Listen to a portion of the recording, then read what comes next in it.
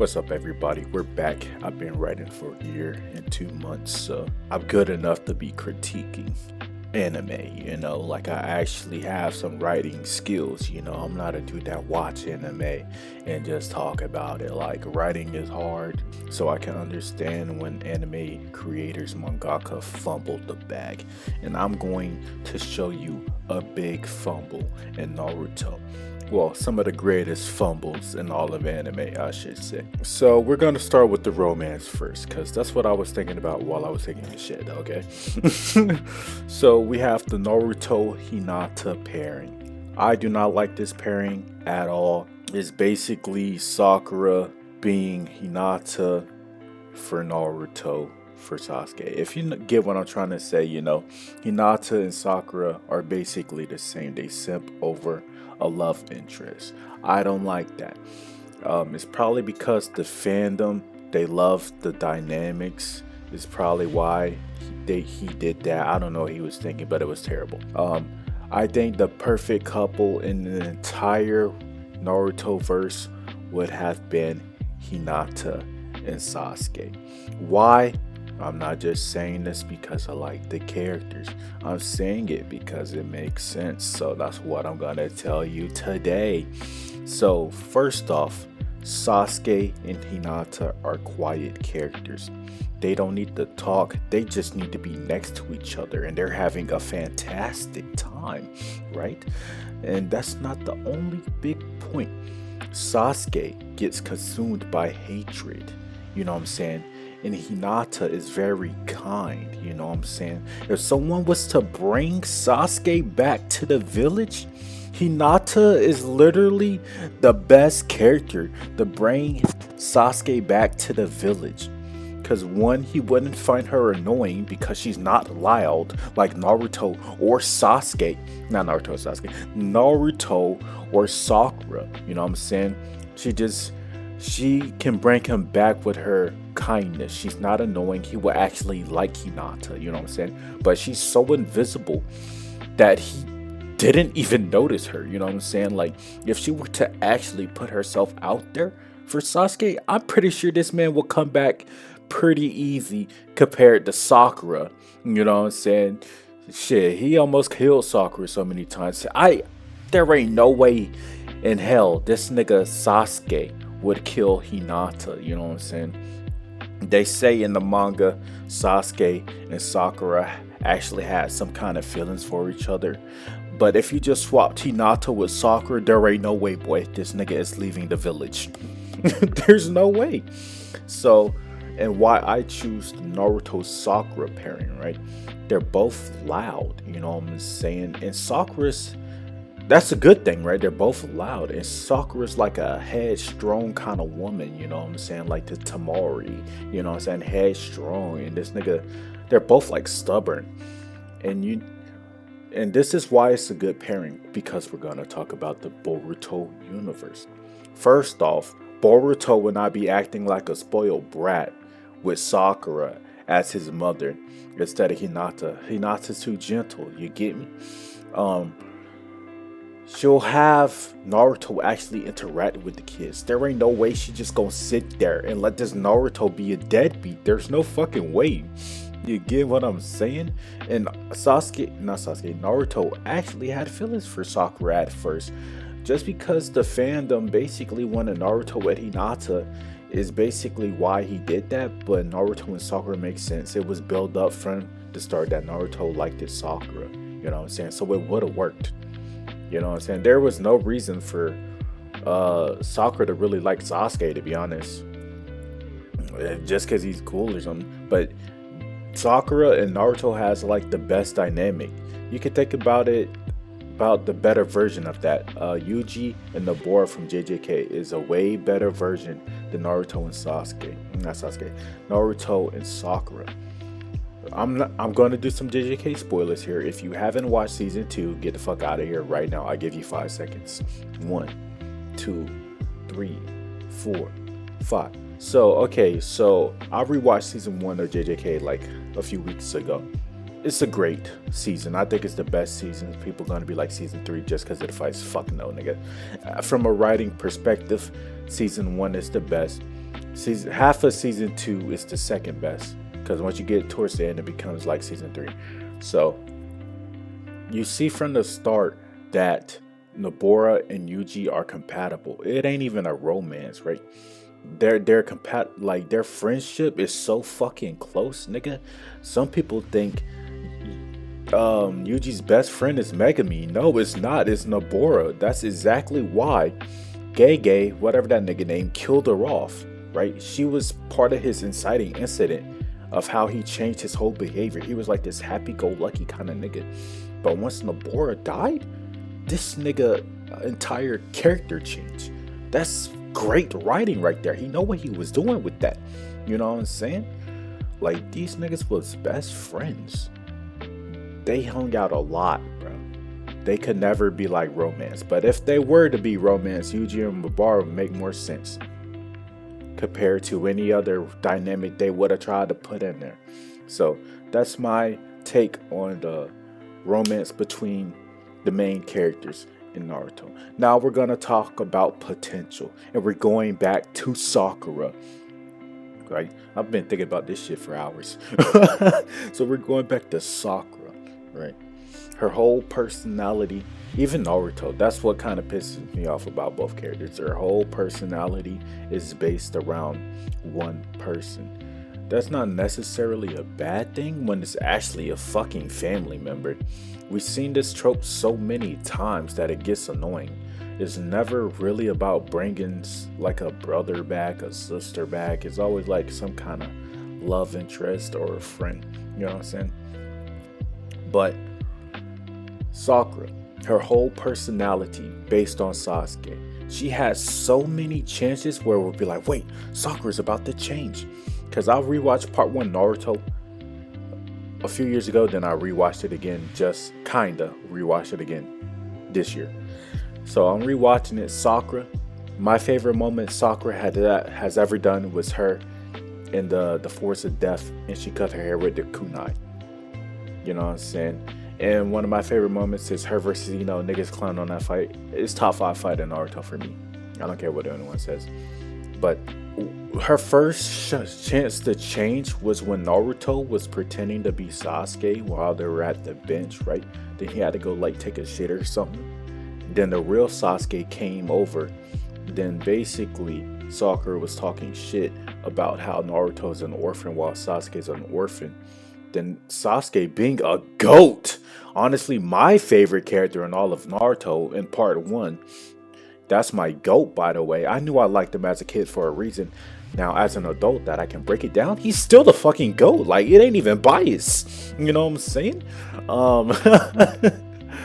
He got on her ass about talking shit like that. You know what I'm saying? Then you can see the look on Sakura's face. She felt kind of bad. You know what I'm saying? Like, that could have changed how people perceive Sakura as a character right there. That's a big fumble right there. You know, she could start treating Naruto better, which she does in the manga, apparently. You know what I'm saying? But that's not even her biggest issue. Her biggest issue is simping for Sasuke. And that's where we get into the second part of Sakura. But it's not about Sasuke. We're going to talk about Sakura and Ino's dynamic. I was watching the tuning exams, you know what I'm saying? People were clowning this fight. I'm like, I love this fight. Like, I really don't like flashbacks during fights, to be honest. But the dynamic between Ino and Sakura is so wholesome, and the thematics about the bud, talking about Sakura as a bud, you know what I'm saying? That flowery thing was so beautiful. You get what I'm saying? Ino seems so nice, right? Then the fight going on, like the second biggest fumble is her rivalry. Her friendship, even her rivalry or friendship between her and Ino, where say Sakura still was simping for Sasuke, you know, it's very girl-like, but we don't want that shit the whole story, right? Say they grow into their own identity, you know, they don't get their like validation from a boy, you get me? That would be very empowering for women, you know what I'm saying? Like, Sakura, I think it would be better writing if Sakura did something for Sasuke, but not for too long. then she becomes into her own identity. And she doesn't try to stand next to Naruto or Sasuke. She has her own goal, you know what I'm saying? Maybe she wants to be the best medical ninja, right?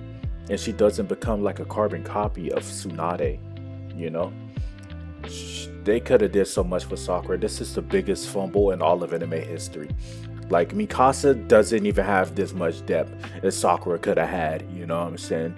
Like that's Mikasa's problem too. Why every most popular female character is like a simp for the main character is so stupid. It's so stupid. And Ino, right? She had potential. They still yell at each other for boys, you know. It's not as important as Sakura or have that much weight in the story, but she really could have been something. We don't need fucking Choji. No one gives a fuck about Choji. Use Choji's spot for Ino, you know, put him closer to the main cast and have a dynamic with Sakura. Now we're gonna talk about the biggest potential men in anime. We got Rock Lee. So this is probably one of the most famous debates in all of Naruto: destiny versus hard work. Naruto been preaching, like I'm talking about the series. Naruto story has been preaching hard work beats talent in part 1. Some niggas make these videos on YouTube saying that is not the case. That is fucking lie. Even the main character believes hard work beats talent. Like, what are you talking about? He's over here watching Hinata gets beat the fuck up and saying stand up. You know what I'm saying? He really believes Hinata can win. Like, what the fuck are you telling me? The theme of Naruto is hard work beats talent. So, and then Kishimoto, his biggest fumble in that theme is making Naruto a fucking god. He already gave him the 9 tails. You know what I'm saying? Like, you probably shouldn't have gave him the 9 tails, but he ain't think that far, you know what I'm saying? So he probably should have changed the theme of his entire fucking story, because he gave Naruto the 9 tails. First chapter, bro had a 9 tails on him. We should have seen maybe Naruto doesn't become the strongest, right? Maybe hard work does beat talent. Like say he is the child of prophecy or something, right? Say Rock Lee is still stronger than Naruto by the end of the story, right? Then the theme still fits. But Rock Lee gets fucking put on the side. Like, bro doesn't exist after part 1 versus that bone nigga. Like, are you serious? He's right next to Gohan in terms of potential, man, and all of anime history. So yeah, but the biggest fumble on Destiny and shit like that is Naruto versus Neji. Neji was preaching how fate, you can't change your fate, right? Then Naruto get all these power-ups, becomes the child of prophecy with these fucking aliens. You literally just proved Neji right. And Neji thought you were right and still fucking died. Like, oh my god, man. Like, Neji was one of the coolest characters ever. Even one of my characters have some similarities in Neji in the sense of the eyes, but it works entirely different. My character can literally see, has infinite eyesight. That means this character can see all living things through like an infinite distance. So she has to filter how much she can see. You know what I'm saying? She's way different than Neji. She's more of a mix of like Neji, Gojo, and like a nigga from a Blue Lock character. It's like she can use like soccer kind of moves with her powers. Like, she's a mix of a lot of shit. But anyways, they basically lied and said hard work beats talents in Naruto theme yet, or destiny and fate, all that shit, and Neji fucking lost. That's probably the biggest issues in Naruto. I was doing some research on Danzo, and Danzo actually is a great character, like great written character. I don't like the motherfucker, but he's insanely well written. Um, he always says it's for the leaf and shit, but he's just jealous of the third Hokage, and he it got blurry for him. You know what I'm saying? It really wasn't about the village. It's really him trying to survive Harrison. You know what I'm saying? Be more like Harrison and surpass him. Itachi's probably one of the most overhyped characters in all of anime. I learned during my research what carries characters that aren't, they're not badly written, they're just like averagely written, you know what I'm saying? It's the cool factor. Itachi just looks cool as shit, bro. Like, let's be real.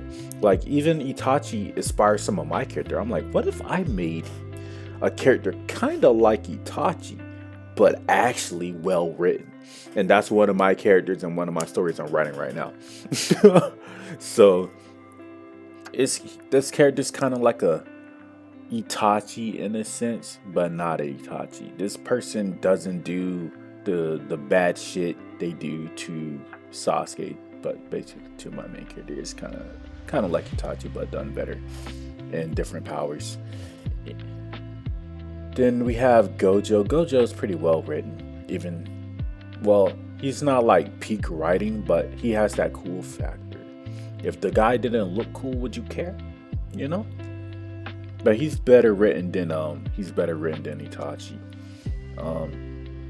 Zoro has some cool moments. He's pretty well written in the early stages of Naruto and One Piece. I got way off topic. Did I even have more topics about Naruto, or that was it? So yeah. Oh yeah, I've been thinking about the Naruto villains. Cause I seen this poll on YouTube. One of these niggas I follow on YouTube. I think it was like something night or something. He did a poll, or someone, I don't know. But they did a poll who should have been the final villain in Naruto. It had Kaguya, Madara, Pain, or Orochimaru. I'm like, one, Kagura doesn't fucking matter. Two, most people voted for Madara. I'm like, fuck no. Madara just has that cool factor. You get me? Like, they preach him to be the strong nigga, but like, this nigga don't really have that much weight to the story. And his ideologies don't really clash with the main characters anyway. You know what I'm saying? So Pain probably would be the best final villain for Naruto. My throat fucking, oh, that shit hurt. Give me some water, hold on. Oh my god, it's burning. Like I got a sore throat.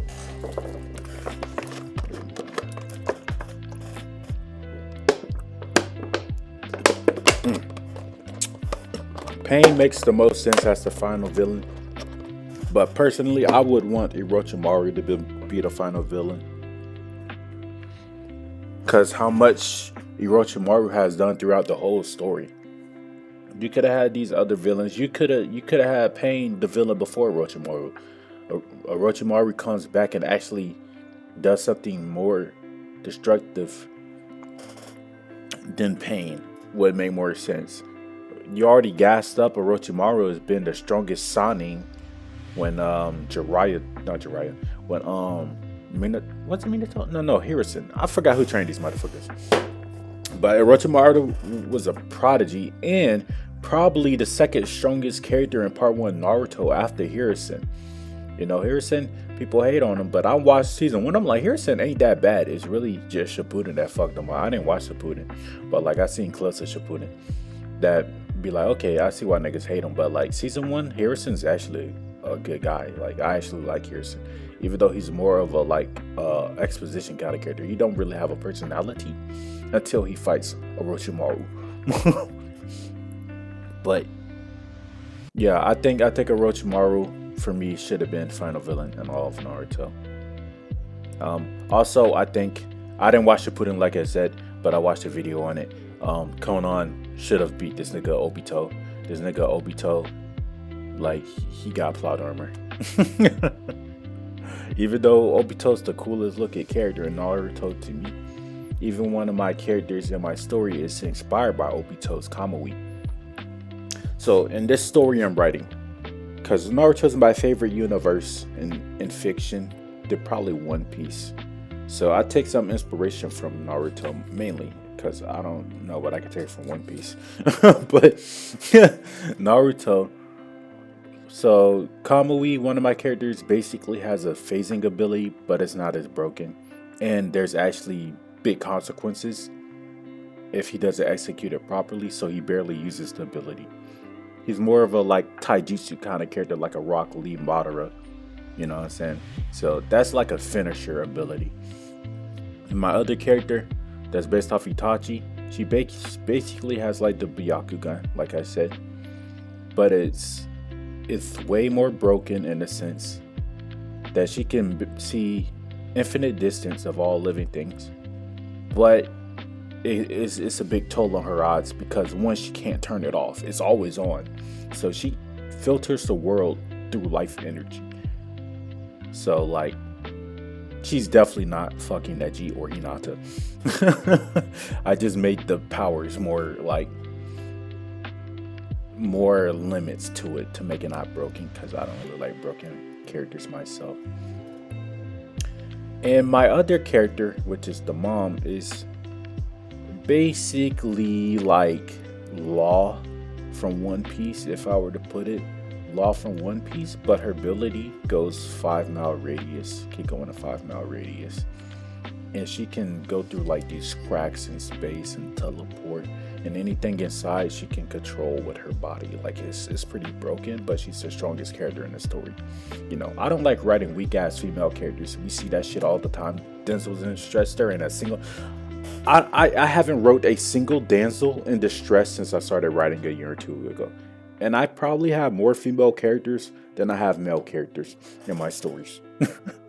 I just like writing female characters because niggas write female characters so fucking bad, bro. That I just like writing them. And it lets me play with a psyche I don't understand, you know. And that might be it. Let's see how long I've been talking. 22 minutes. I can rant for a little longer.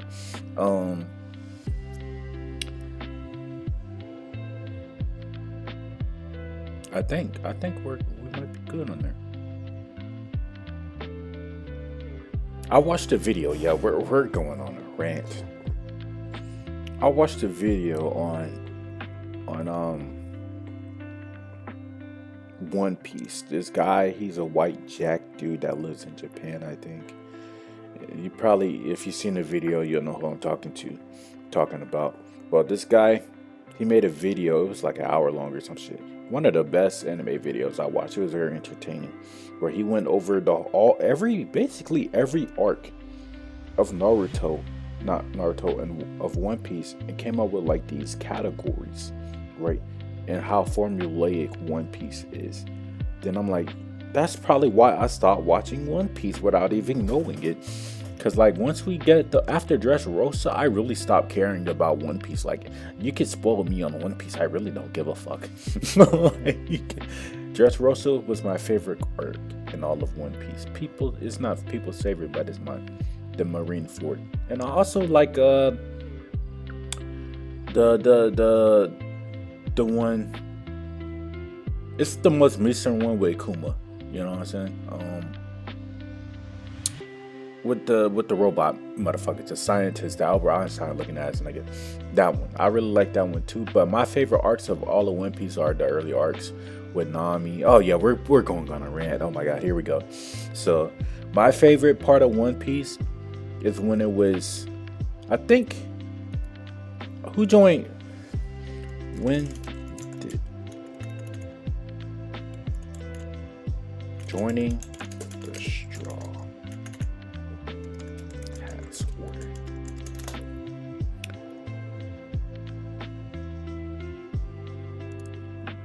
Yep. Okay, so I liked One Piece when the Straw Hats only had 3 characters. Me personally. I feel like the dynamic was more tight. The characters Um, they really the dynamic work well. Like their roles make sense. So the captain tells you where to go, which is Luffy. Then you have hit the nigga that helps you fight, the sword, Zoro. Then you have the person that shows you how to get around the world. You can really simplify the extra characters into one character. For instance, Nami's the navigator. You literally, even though I like Robin, you can delete her as a character and give her role to Nami. Like the navigator, she can show you where these fucking these the things that find the One Piece. You know what I'm talking about. You can literally put that into Nami's character, the cook. You can make Zoro a cook, nigga. You could make Nami a cook, but I'll be sexist, so just give that shit to maybe Luffy. That would make Luffy pretty interesting. This nigga loves to eat. That would be interesting if Luffy became a cook. You don't need Sanji. What the fuck is Sanji there for real? The medical doctor? Hey, you can actually Chopper. You can probably not like give anyone else that role. Chopper is a needed character. Like maybe there should be 4 characters on the Straw Hats. You keep Tony Chopper, you remove Sanji, get rid of Nico Robin. So those 2 characters I removed, you basically just give those tasks to one of the 4 that I mentioned. Monkey D. Luffy, Running Over Zoro, Nami. Then we have Frankie. Frankie seems pretty important. I don't know who the Okay, yeah, you can give Frankie up, right? Since this nigga Zoro is all about his sword, right? Maybe he loves crafting shit. You can put Frankie into Zoro, right? So you can make Zoro a swordsman that also fixes the ship. You can remove Sanji and make Luffy the cook since he likes to fucking eat. You can remove Robin and make Nami the navigator, which she already is, and have her find those stone tablets or whatever they're called. A musician, you don't really need them, but if you wanted to put a musician, you can make Nami be a musician or Chopper. You can make Nami be the musician or Chopper if you really want to put the roles in. Jinbei's not needed at all. Like honestly, I like Carrot as a character. I think she was fun. Her dynamic was Chopper was funny. You know what I'm saying? Jinbei. People love Jinbei for some reason. I really give 2 fucks about Jinbei. Like, no, I do not give a fuck about Jinbei. What's a helmsman, bro? That's what it says his role is. Let me see. Who steers the ship? What you need that for? You can have fucking Nami steer the ship. We don't need this nigga to steer the ship. And I'm pretty sure that's all the characters, bro. So all you really need is 4 characters. You need Monkey D. Luffy, Zoro, Nami, and Chopper. Those are the only characters you actually need on this ship. And I'm gonna repeat it why. Okay, one more time for the boys in the back. Monkey D. Luffy, he's the captain. He tells you where you want to go, where we're gonna go. He can be a cook. We have Zoro. He can be the sword, which he already is. And he can also fix the ship. Since he's a swordsman, he likes taking care of his sword. He can take care of the ship. You know what I'm saying? Or that could be Nami's, but we're going to give it to Zoro. Nami, she navigates. She finds the things that help find the One Piece, which was Robin's job. And she could also know how to play music. Give her a hobby or something. You know what I'm saying? You don't need a fucking sniper. A sniper might be good. But do you really need a sniper? You really don't need a sniper. I don't know. Other ships don't need snipers, so Usopp, you're useless. Then we have Tony Chopper, right? Maybe Tony Chopper could be the doctor and the sniper. Those are the only characters One Piece needs.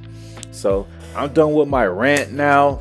We're gonna probably edit this video or not. I don't know. But peace out.